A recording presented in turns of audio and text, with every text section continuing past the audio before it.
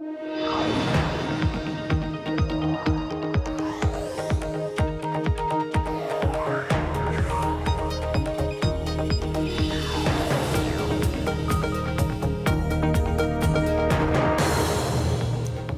Emily Chang, and this is the best of Bloomberg Technology, where we bring you all our top interviews from this week in tech. Coming up, the social network is about to get a lot less social. Facebook CEO Mark Zuckerberg says he thinks the future is a more private platform. Plus, the promise of the Green New Deal. Congresswoman Alexandria Ocasio-Cortez is making waves in Washington and beyond. We'll speak to her chief of staff about how they plan to push for change despite the opposition. And we dig into the New York City tech ecosystem as Amazon pulls out. Are investors still bullish on the Big Apple? But first, to our top story. Facebook CEO Mark Zuckerberg, who has spent his career pushing for more open communication, says the future is going to be more private. In a blog post Wednesday, Zuckerberg declared that the company's future product development will be focused on encrypted and ephemeral communication. He wrote, quote, "I believe the future of communication will increasingly shift to private, encrypted services where people can be confident what they say to each other stays secure and their message and content won't stick around forever. This is the future I hope we will bring about." This comes amid heightened scrutiny of Facebook's data collection practices, which are being probed by several governments around the world. Activate CEO Michael Wolff and Bloomberg's Sarah Frier joined us to give their perspective. It's a little bit about increasing that trust with users around privacy. But in my opinion, a lot of it is actually about the fundamental problems that are facing Facebook today, which is the public scrutiny and government scrutiny over privacy, and also the problem with content moderation. If it's encrypted, Facebook can't even see what people are saying and therefore doesn't have to fix it. Of course, Zuckerberg framed all of this as something that users want. He said users really want more private communication. It's the fastest growing aspect of our business. We are doing this because of their demand. But it's worth noting how it will affect their perception problem. Michael, can we trust Facebook to make Facebook more private? Zuckerberg talks about going from the digital town hall to the digital living room. And the challenge is, I'm not sure people do trust Facebook. He's saying this because he recognizes there's this trust challenge. But in reality, what they're doing is they're talking about protecting the privacy of people in a broader conversation, but not necessarily their privacy versus Facebook, because Facebook is ultimately in the advertising business. Right, you're still going to be giving all your information to Facebook. Right. Not only is it going to be in the platform, and the battleground is going to be around messaging. So if you look at Facebook controls between Messenger, WhatsApp, and Instagram, they control the majority of the messaging around the world. But that doesn't mean people who are worried about their privacy aren't going to go to other platforms like iMessage or some of the emerging platforms like Telegram and Signal. And let's not forget WeChat, which will dominate other parts. It doesn't have to stay in China. So some of the things he's doing are merely defensive, and users are going to be very skeptical about it. So, Sarah, tell us a little bit more about what he said. He said services would be opt-in, that, if you want your messages to disappear, maybe they will be able to disappear. We don't know what this all means, but how do you think this is actually going to look or feel different for a user? Well, think about the position that Facebook's in. They're being scrutinized by governments around the world who say that they don't give users enough choice. And Zuckerberg has always thought that, if we give people choice, they probably would pick an advertising-supported network. They probably would pick to post publicly. So a lot of this maybe won't be as big of an impact on Facebook as we think. That said, he was very deliberate about explaining that everyone's been using Instagram stories and WhatsApp status, these parts of the service that only last for 24 hours. And he wants to bring that kind of disappearing nature to more of Facebook's content. So it becomes less of a permanent record of your life and more of a rotating version of you. So things can disappear maybe in 3 months, maybe in 3 years. You can decide. Michael, you've done a ton of research on digital advertising. How do you think changes like this, no matter how they are put into practice, will affect Facebook's business? Facebook, a lot of what the platform allows is enables an advertiser to target very finely, to find specific groups of people and to find, in some ways, their interests. And so it's not likely to affect Facebook's advertising business. In fact, it could enhance them. The broader challenge is Facebook is going to merge from being a broadcast platform, which is where a lot of the problems were. A lot of the misinformation, the foreign data operations took place in that broadcast surrounding. And they're saying it's going to be more private. A lot of users are going to wonder to see what happens. Ironically, Facebook began as a private platform. It was something for university students to talk to each other. And in order to become a commercial enterprise, it had to open up even more. So we have to expect this is going to be engineered and designed in a way that it will only enhance Facebook's advertising business versus impair it. Sarah, there was a new development today in terms of some of the government scrutiny. Facebook won a freeze on some of the disclosures in a Washington, D.C. privacy lawsuit. The D.C. Attorney General, Karl Racine, has been suing the company, claiming that it failed to protect consumer data. This is tied to Cambridge Analytica. What does this mean? Well, Facebook has had a lot of big document leaks lately, either from governments or from news reports. This is maybe a small victory in a bigger picture here. The company is going to face regulators, lawmakers, attorneys general, and this is the year that it's going to happen. And so they need to be proactive about coming up with solutions before the government comes up with solutions for them. And so I think that's how that ties into the news you hear today, where Facebook is coming out and saying, we're going to give our users more choice. We've heard them. We're listening to them. But like Michael said, I think that that's still going to be ultimately in service to their advertising business. Michael, what is your outlook on not just Facebook, but Instagram and WhatsApp, and whether users are going to keep coming back? Are they just so large, users really don't have a choice when it comes to other products? Or will these privacy issues ultimately be the downfall? Already, engagement on Instagram far surpasses that on Facebook. And so there's a whole group of people who just keep coming back every day to Instagram. And to some extent, since they're younger, they're less focused on privacy. And the content that's shared on Instagram doesn't have the same level of depth as it does on Facebook. So they're going to be less vulnerable. Facebook itself, we should expect that a lot of people are going to continue to be skeptical about it and may share less. And then you look at WhatsApp and Messenger, and there's really no barrier to entry. Somebody can come in with a new service, your content isn't on it, it immediately scrapes your context, and so you can get up and running on another service. So that's where Facebook may be the most vulnerable. We may see a real wave of social splinter as a result of that. That was Activate CEO Michael Wolf and Bloomberg's Sarah Frier.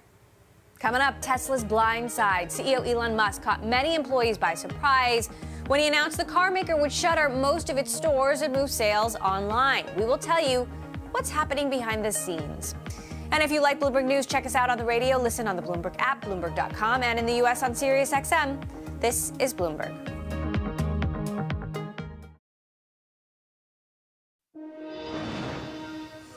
The fallout after Tesla CEO Elon Musk abruptly decides to close most of the electric car maker stores and shift to online-only sales. Bloomberg has learned that many Tesla sales staff found out about the decision when they read the public blog post and were completely shocked. Bloomberg's Dana Hull discussed her reporting with us Tuesday. They were really blindsided, and I think that was made clear by the fact that the news was posted, publicly on a blog post, and they found out about it. And apparently, they found out when the media found out. Today, I'm getting a lot of emails from people saying, "Thank you so much for writing this, capturing how we felt." It just was really stunning for the staff. So the stores are already closing. You reported that there's a store in Honolulu that's closed. There's a store in Palm Springs that's closed. And if you call those stores, it's rerouted to another location. Exactly.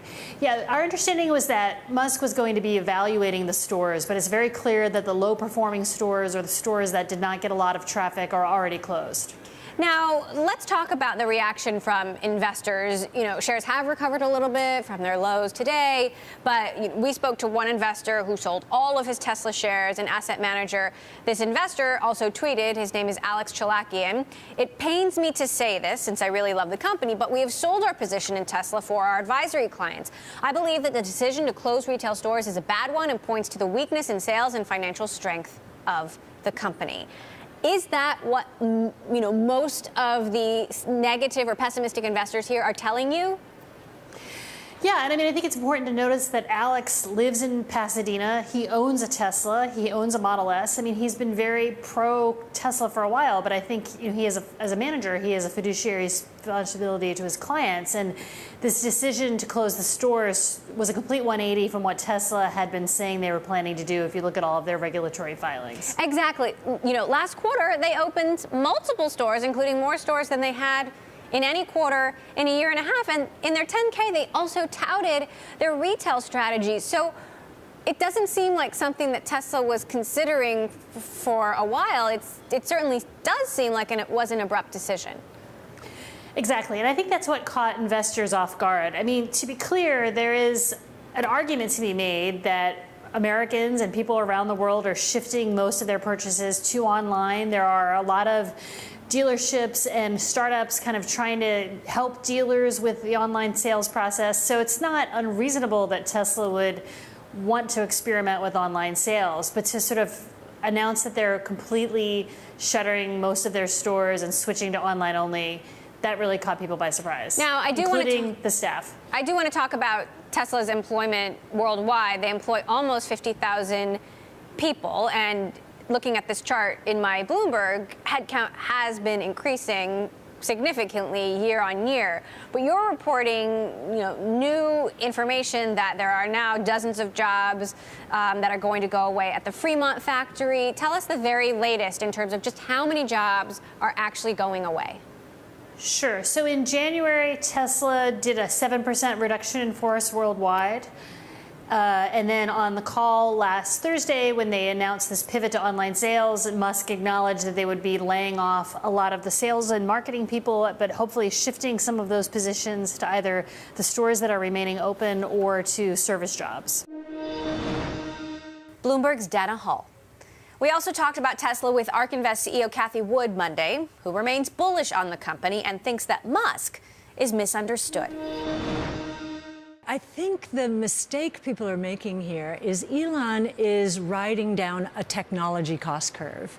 So prices should fall. They're going to fall and continue to fall because battery pack system prices are coming down. But even he says making the car at this price is excruciatingly difficult. And we talked about that. We had a podcast with him. And before the podcast, you and your colleagues flew out to Fremont and sat down with Musk in person. Yeah. And he walked in, and the first thing he says is, the traditional automakers, they are just unbelievable in terms of the way they cut costs. And what I said to him is, yeah, that's fine, but they haven't been riding down a technology cost curve for a century, right? You are riding down this battery pack system cost curve. Your prices will fall and continue to fall as theirs rise. So what he said on his last earnings call is the demand is there. People can't afford the high-end prices, so he's bringing prices down. But can Tesla afford to deliver the car at that price? Oh, yes, I think so. I think, you see the restructuring he's doing. I think it's very sensible. I think he's making these moves in order to scale more quickly than he otherwise would, because these price points are very attractive to consumers out there. So you don't have any concerns about him closing all these stores, shifting everything online so abruptly, and laying off people? It was abrupt. We got the sense something was up because he is still competing against other auto manufacturers who have their costs screwed down. But at some point, his pricing is going to drop below theirs, well below theirs, just like because battery pack system costs are coming down. He's got his deep learning chip, which is going to help him with autonomous vehicles. So you know the story that we're telling, but we are not concerned. We're not concerned. What was your impression meeting him in person at the factory? You know what? I think people misunderstood misunderstand him completely. You know, I just reflect upon how the clips about Joe Rogan's interview, there was one clip. No one has taken the time to listen to that. This is the interview where he smoked pot. Yeah. You're right, it was one puff. Saw. That's all people saw. No, you know, actually, shame on the news media for not actually delving into the Joe Rogan content and just listening to... To be fair, though, you don't often see a CEO smoking pot in an interview. Yeah, I mean, that was provocative, fine. Fine. But there was a 2.5-hour interview. There was real content there.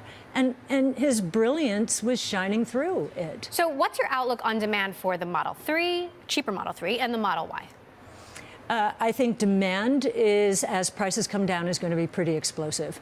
On our podcast and in our models, even before we talked to Elon about this, we believe that EV sales, as prices continue to come down, will scale from 1.3 million globally last year to 26 million in 5 years. And I asked Elon, what did he think about that? And he said, well, you might be off by a year or so, but yes, we are talking about exponential growth. And exponential growth happens because prices come down. This is a technology cost curve.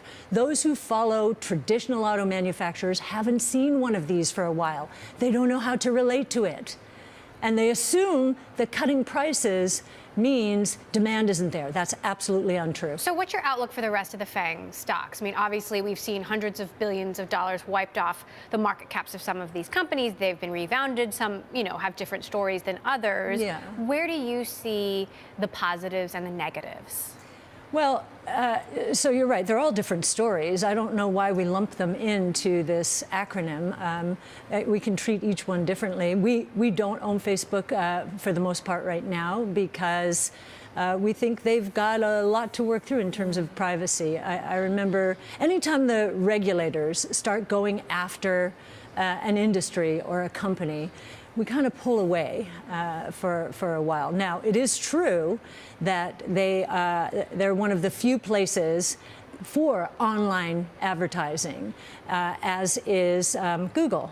But now we see Amazon advertising pretty aggressively. I mean, its advertising sales are screaming. And I do think the whole online advertising market is continuing to grow very, very quickly at the expense now of television. So we're not worried about that. But whenever I see regulators going after a company and I see what they're trying to do with blockchain technology, they probably want to get at more information on people, but allow them the privacy. So they're even trying to invest in this themselves. You think there's going to be a crypto revolution? Yes. What does that mean? Especially as, you know, Bitcoin and cryptocurrency in general haven't had a great run. Well, they had a great run. So they went from, Bitcoin went from less than $1,000 to $20,000 in 2017, has come back to $3,000 to $4,000. During that downturn, what happened is Bitcoin's share of the entire crypto asset network value or ecosystem increased. That told us that Bitcoin is the reserve currency for the crypto asset ecosystem. That's a huge role. Last year, $1.3 trillion worth of transactions were on the Bitcoin network. Why? Venezuela and B2B, business to business, in Africa, where it's just prohibitively expensive to trade from one currency into another. So B2B, and the average transaction size is about $14,000. That's pretty amazing. This technology is really only 10 years old. We do think there's a crypto asset revolution, a blockchain revolution underway, yes. That was ARK Invest CEO Cathie Wood. Coming up, Redfin is working to close tech's gender gap. How the real estate company is creating its own pipeline of female talent. Next. And later, progressive politics. In a short time, Congresswoman Alexandria Ocasio-Cortez has taken center stage in Washington. We'll speak to her chief of staff about her agenda. This is Bloomberg.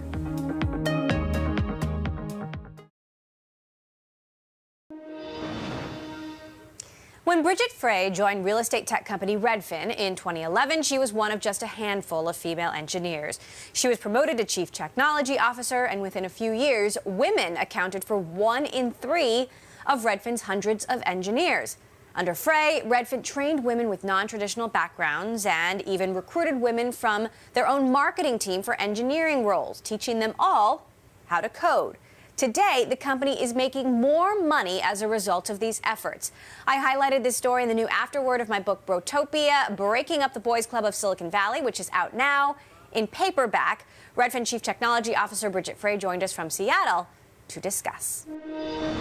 One of the things that we did is look for women who were working in roles that were just adjacent to software development. So, for example, someone who was in a technical marketing role. And then we used all of this training that we had built to teach them how to build software at Redfin. And what we found along the way is that it's just much easier to teach someone how to code than it is to teach them how to be a decent human being, someone who can work collaboratively on a team. And these women are doing really well now, and it's been this huge competitive advantage for Redfin because we're able to recruit engineers from pipelines that other people can't. So instead of complaining about the pipeline, you created your own pipeline. But how did you know that it was really working and that these women could then go on to be promoted and successful at the company?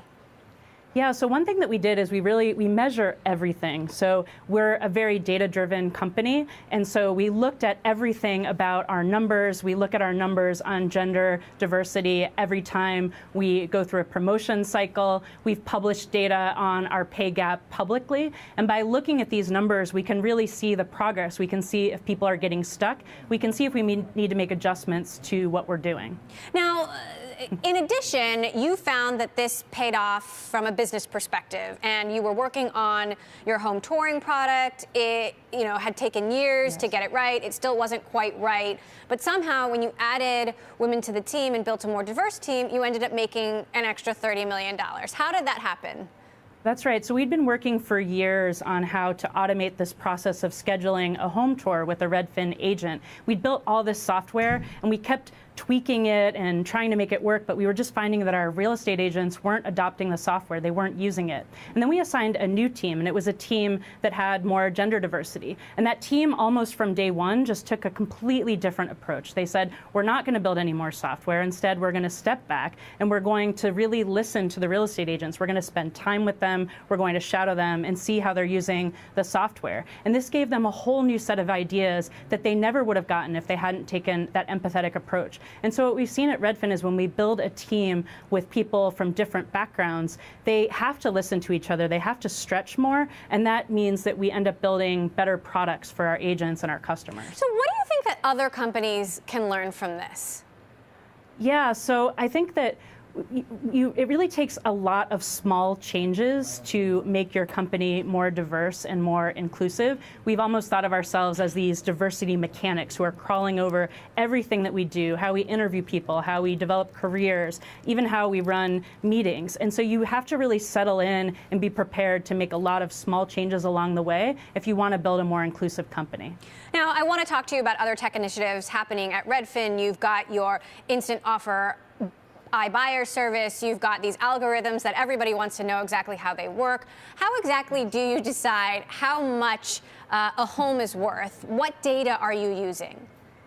Yeah, so we have an incredible data set at Redfin. So we have all this information about how people are visiting our website, how they're looking at homes. But because we're a real estate brokerage, we also have real estate agents who are walking through homes with our customers. They're making offers. We know which homes are being toured and which aren't. So it gives us this very rich data set to see how people are reacting to the homes that are on the market. And what that means is that we've been able to build the most accurate online home value estimate in the industry.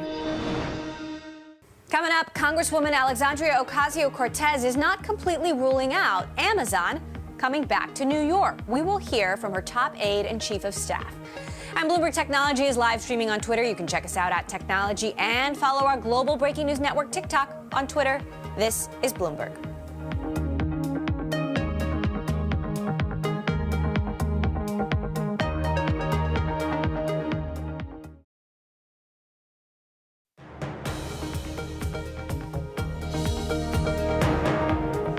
Welcome back to the best of Bloomberg Technology. I'm Emily Chang. The Green New Deal is a sweeping proposal that outlines strategies and solutions to combat climate change, reduce income inequality, provide health care to all Americans, and much more. There are two resolutions for the legislation sponsored by Senator Ed Markey of Massachusetts and newly elected Congresswoman Alexandria Ocasio-Cortez of New York. The representative has captured the attention of the nation since she defeated a 10-term incumbent by double digits, becoming the youngest woman to ever serve in Congress. To discuss the Congresswoman's agenda, we spoke with Chief of Staff for Representative Alexandria Ocasio-Cortez, Shoykat Chakrabarty from New York, Monday. She's actually presenting really new, refreshing ideas. You see her kind of week after week, month after month, putting new options on the table, putting new ideas on the table that completely change the course of the conversation of what's politically possible. So we saw that from the Green New Deal to the marginal tax rate to even things like healthcare and other progressive policies. She's really pushing the debate, and people are engaged. Turns out people in this country actually want to talk about policy.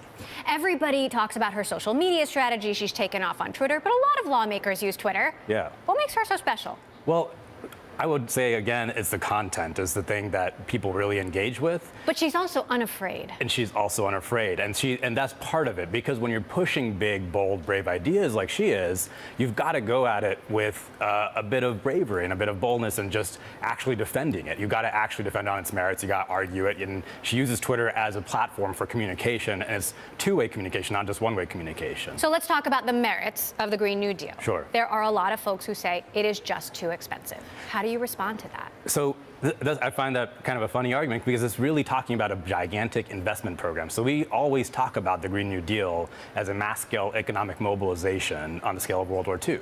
So, there's all these sort of plans about decarbonizing the economy and not even talking about the cost of inaction. If you look at the cost of action in this case, the cost of investment, there's examples from our history. So, the interstate highway system, for every dollar we spent on interstate highway system, we made $6, right? During World War II, that economic mobilization created the greatest middle class that the U.S. has ever seen. And there's Project Drawdown is another example. They have one version of how you could get to a fully decarbonized economy that they say is going to make about $43 trillion. So you have a big upfront capital investment, but you make money. Companies like Amazon actually understand that. So let's talk about Amazon, because she was vocal about HQ2 not coming to New York City, and some folks would say this would have created a lot of jobs for a lot of people in Queens, and now that's not happening. Sure. Isn't that a loss? So what she was vocal about was the process by which it happened. The deal was sort of sprung on the community without any input, and there's a real cost. Whenever tech companies come in without community input, rents go up, people get evicted. There's an actual human cost that is associated with Amazon coming in. But isn't there a cost now that those jobs won't be coming? Well, so Amazon is the company that chose to step away from the negotiating table. Once the community came to the table and started demanding, making their demands heard, Amazon said, no, we're not going to have it. They stepped away. If we can do it through a community process, if there's a way for the community to actually engage to make their demands heard, I think that would have been a better way to have done that. Would you welcome Amazon back if they had a change of heart? I mean, Governor Cuomo is trying to backpedal. Well, we'd welcome having a process, yes. We welcome having a community process, but I don't know where the talks are at this stage. So let's talk about her tax proposal. Bill Gates has downplayed what he called extreme proposals. He didn't single hers out specifically, but he did tell The Verge this. I believe U.S. tax rates can be more progressive. Now you finally have some politicians who are so extreme that I'd say, no, that's even beyond. You do start to create tax dodging, disincentives, an incentive to have the income show up in other countries and things. But we can be more progressive without really threatening income generation. What you have left to decide is how to spread it around. Yeah, so there's two pieces to this. One is, if you look back in our history again, right, we've had our top marginal tax rate has been as high as 90%. And in the greatest periods of our growth, historically, it's been much higher than it is right now. It's about 70, 80%. You have economists like Paul Krugman saying that 70% is about right. That's about where the top marginal tax rate should be. So she didn't just pull this number out of thin air. This is sort of what economists have been saying we need to get to fix the rampant inequality that we have in our country right now. The second piece, if you do a big investment program like the Green New Deal, so say you generate a whole lot of wealth, you grow the economy, you grow the pie, if all that new income is being captured by a few people at the top, which is sort of what we saw in the recovery from the recession. We saw about, I think, 110% of new wealth up through 2012 was captured by the top 10%. If you do that again, all you're going to do is have a few people get really wealthy, and the vast majority of people not seeing the economic benefits. So it's really necessary to set up the structures correctly, so that if you do grow the pie, if you do generate wealth, you're spreading it equitably. This proposal would only cover a fraction of the initiatives that she has proposed. How does she plan to cover the rest? So there's all kinds of ways to pay for wealth-generating investments, right? And that's what the Green New Deal is talking about. So, of course, tax revenue could be one way. Deficit spending could be one way, but it's sort of the same way that we paid for the massive amount of wealth we generated in World War II during the New Deal, the way we paid for the Republican tax cuts, the way we paid for getting the recovery after the recession. There's examples in other countries, for example, the European Investment Bank, right? They invest using that bank and make money back, and no one ever asks, well, where are you getting the money to pay for it? People understand it's wealth generating. You can pay for things when you make money back. So President Trump has settled on a new line of attack, saying that the left has embraced socialism, total government domination. Yeah, I mean, this is when Republicans have no attack to make, they just start calling everything socialist. They called Medicare socialist. They called Social Security socialist. It's probably a good sign. I mean, both those things worked out well, so maybe they should keep calling everything socialist and we'll work out. But, I think the thing that's particularly frustrating about that is if you look at sort of the system of economics that we're talking about, the way to get something like the Green New Deal accomplished, it's so incredibly American. It's the moonshot. It's what Alexander Hamilton talked about, one of our founding fathers. So it's really more like a return to the American system than it is whatever Trump thinks it is. Does the Congresswoman plan to endorse anyone in the 2020 race? She plans to hear him out for sure. Do you think she'll pick a favorite? I don't know, honestly. We haven't even had the first debate yet. And right now, the thing that I know she's excited about and that we're excited about is we're actually seeing a debate of ideas in the Democratic primary. And I think that's so interesting. You often get into these personality conflicts and kind of a debate of who is what. But right now, all these new ideas are coming out from, Elizabeth Warren's childcare policy to Bernie Sanders' free college plan. And we just love that. Does she see room for center-left folks in the Democratic Party? So it depends on what center-left means. If by center-left we're talking about people who are really out of touch with where the people are, because you're talking about policies like Medicare for All, 70% of the people are for Medicare for All, right? And if you look at the Democratic Party, it's close to like 90%. So the center-left there should be strongly for Medicare for All, right? But then if you kind of have this fringe group of conservative Democrats that don't represent where the people are, who aren't presenting new ideas, folks like Howard Schultz, she's not a fan of Howard Schultz because we're not hearing a single new idea from Howard Schultz. If he had an actual solution to problems we face, that'd be interesting. If you have a real solution, we're willing to debate on that. But if you don't bring any ideas to the table, then sorry. That was Shoykat Chakrabarty, Chief of Staff for Representative Ocasio-Cortez. Coming up, Huawei's day in court. The company's CFO now knows when her extradition battle against the U.S. and Canada will officially start. We will discuss the latest next. This is Bloomberg.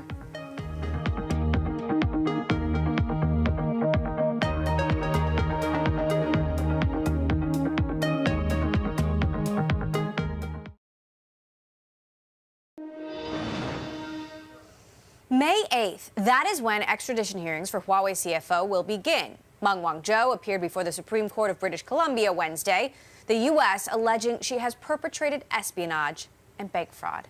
This comes the day after it was reported that the Chinese telecom giant intends to sue the U.S. government. Huawei claims the U.S. is out of line by trying to ban its 5G networking gear. Huawei is also suing the Canadian government for allegedly violating Meng Wanzhou's constitutional rights.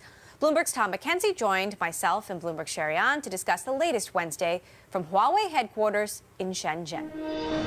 This is a multi-pronged counterattack by Huawei after the pushback, of course, from the US. It's a pushback or a campaign, a counterattack by Huawei on the legal front, and we've outlined some of those cases there, but also on the public relations front as well. And that's why they've invited journalists down to their campus, where I am now in Shenzhen. They've opened up some of their labs. They've taken us on tours. They're trying to portray themselves as an open and transparent company, a company that operates privately, they would argue, and separate from the Chinese government. On the legal side, as you say, we have heard, of course, that they are looking, our sources tell us, that they are looking to sue the US government over what is effectively a ban on carriers there using their equipment. And of course, we have had that case in Canada where Meng Wanzhou has sued the Canadian government for what she claims is a violation of her rights. So this is a legal push, and it's a push on the public relations side as well by Huawei, who are now trying to commit themselves to argue against the US campaign. Of course, the US trying to push its allies to push back and close out and ban some of this equipment from Huawei, saying that they pose a significant security risk. Tom, how is this whole ordeal being covered in Chinese media? Well, that's interesting. They are clearly watching this very closely indeed. They are watching the machinations around Meng Wanzhou in Canada. I think it's fair to say that there has been an outpouring of support for Huawei's CFO. Of course, the flip side of that is that you have two Canadians who were jailed in Beijing in black jails or secret jails. They have had no access to lawyers. The lights are on 24/7, and they have had very little access, consular access as well. That is Michael Kovrig and Michael Spavor. And the concerns about those Canadian individuals were articulated outside the courtroom in Canada just a few hours ago. In terms of what's being written in the press here, of course, they have to be very careful about how they portray this. But certainly there is sympathy for Meng Wanzhou, and there is broad public support for Huawei as well as a company, I think it's fair to say. Tom, how about U.S. allies? I mean, the U.S. government has been trying to argue that Huawei is a security risk. So how has it been perceived by U.S. allies who are being lobbied by U.S. officials? Well, this is a real conundrum, isn't it? Particularly for countries like Germany, like the Czech Republic, and like Poland, who are wrestling with these issues now. They want to have access to what is cheap and high-performing gear from Huawei. But, of course, they want to maintain those security alliances with the US. And we heard from the likes of Mike Pompeo and, of course, Vice President Mike Pence saying that essentially if you were to incorporate Huawei's technology, then maybe the US wouldn't be able to do business with you, that it could affect communications between the US and some of those countries. So in Europe, certainly this debate is well underway. Countries like the UK, of course, have their own system set up with GCHQ overseeing some of Huawei's code and its hardware. Others may be looking to that as an example, but clearly the US is determined to try to pressure its allies to block Huawei as much as possible. Huawei now on the counteroffensive. Coming up, New York's tech scene is growing up. Venture capital investment is ballooning. Homegrown startups are beginning to find multi-billion-dollar exits. We will talk to two New York-based venture capitalists about the current climate. Next, this is Bloomberg.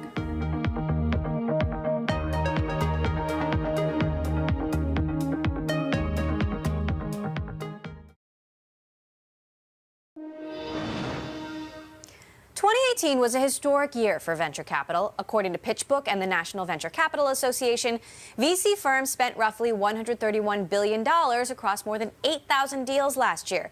But will that trend continue this year? Firstmark Capital Managing Director Beth Ferreira joined us to discuss from New York Wednesday. At the end of last year, we saw, the yield curve inversion and some sort of concern about slowdown.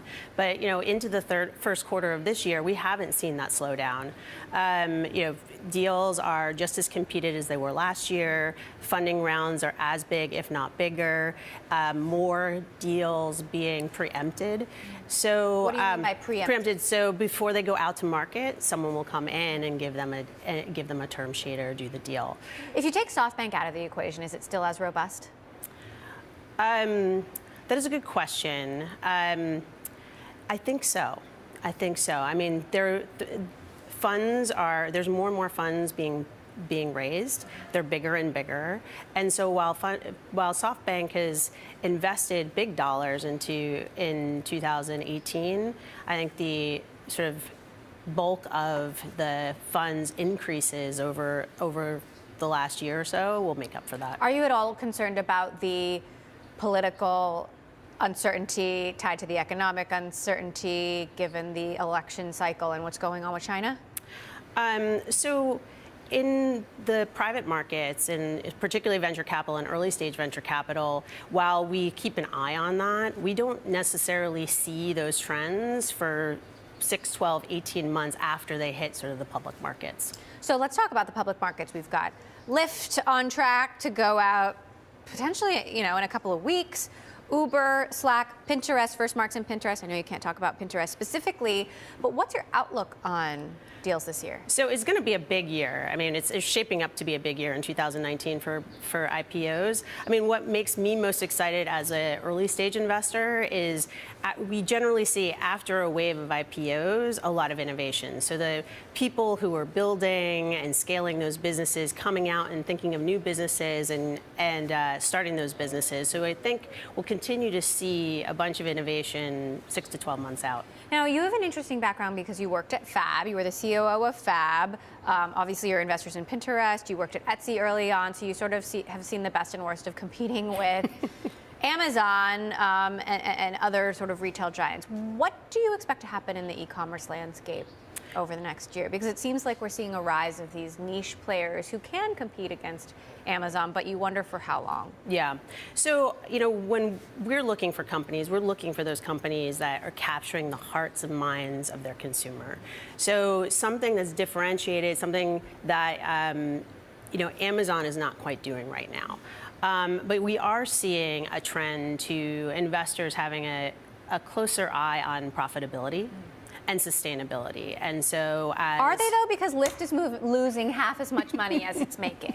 Well, that's not e-commerce, right? So, but especially in the e-commerce space and where, scaling, there feels like there's sort of capped on the scaling pieces of some of those companies. There's a little bit more of a scrutiny on that. Now, 8,000 VC deals last year. 2% of VC funding went to women-led companies last year. So of those 8,000 deals, I mean, very few. It's just a fraction. Yeah. Do you think that'll change in 2019, or is it going to take a lot longer? I hope so. I think that it might take a lot longer. What are you doing in your firm to try to make sure you are seeing more women entrepreneurs and surfacing, all of these people who may have been overlooked? Yep. So, one, we are spending more time sourcing, and also having someone like me, which looks like some of those female entrepreneurs, helps that pipeline as well. So, in the last year, we've increased the number of female founders that we've backed. All right. So, just quick 30 seconds. What are the hot trends in 2019? Where are you going to be putting your money? So, I spend a lot of time on the consumer space, but I'm also spending a lot of time on sort of the back-end businesses. So think supply chain, customer service, future of work. How do we get these companies up and running and continuing to scale? And as we think about that profitability piece, making them more efficient. Well, Lyft is targeting a public valuation of $20 billion to $25 billion for its IPO, based on its fast-paced growth and despite mounting losses, making it one of the biggest tech public offerings on track so far this year. Eric Hippo, managing director of Lara Hippo, joined us Monday from New York to talk about Lyft and more. I think the existing shareholders, it gives them a path to liquidity. That's great for them, particularly the ones who came in earlier. Perhaps the drivers, they're being offered the ability to buy some stock, and I think that the business model will have to change kind of in favor of the drivers, give them more money. The company has lost $2.3 billion in the past 3 years, lost $900+ million last year.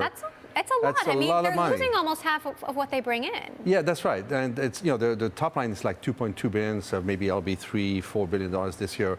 So no question, it's a good company, but it's hard to understand from the S1 what the profitability model looks like and what the unit economics look like in order for this company to be profitable. Investors are used to giving tech companies a pass when they're losing money, but is this an extreme amount of money to be losing proportionate to what they're bringing in? To me, it is. And of course, we're also talking about perhaps an Uber IPO, which I think loses even more money. So you think Uber's model looks worse? Well, it's the same model, except it's bigger. Well, they have different businesses, though. They've got Uber Eats. Yeah. They're more penetrated in self-driving, flying cars. Yeah, all of these are investments, I guess. Lyft is also into, they own the city bike system here in New York, and they're getting into scooters. So all of that requires, a lot of capital, a lot of investments, and it's not clear why the core business can't make money. So where are you investing right now? We primarily invest in New York-based companies, so we reflect what New York is good at. We have a large portfolio in direct-to-consumer commerce companies. We also do we're starting to do a lot of digital health. New York is a big center for healthcare. There's a lot of great ideas in order to simplify healthcare, give better care to people more directly, bypassing all these different kind of levels and intermediaries. We invest in AI, we invest in automation in general. We kind of reflect really what New York is good at. Lara Hippo also took over Binary Capital's portfolio. This is where Justin Kalbeck was ousted over sexual harassment allegations. He was sort of the first investor to be exposed in Silicon Valley's Me Too movement. Why did you decide to take over their portfolio? Well, some of the LPs, some of the larger LPs of the binary funds asked us if we would take over the portfolio. We have experience in doing that because we also manage and are the successor GP of 2 of the SoftBank early stage funds. So we learned in doing that it's complementary to our business. We can attach it to our back end and all of our compliance and audits and all of this. And we can supply a lot of support to these portfolio companies. Did you feel like there were any ethical issues, or more that you were rescuing these companies that didn't have anything to do with this, unfortunately? Yeah, for the ethical issues, we're part of the old LP-GP relationship. None of that transferred over to the new relationship. We looked at the portfolio. We felt that it was very complementary.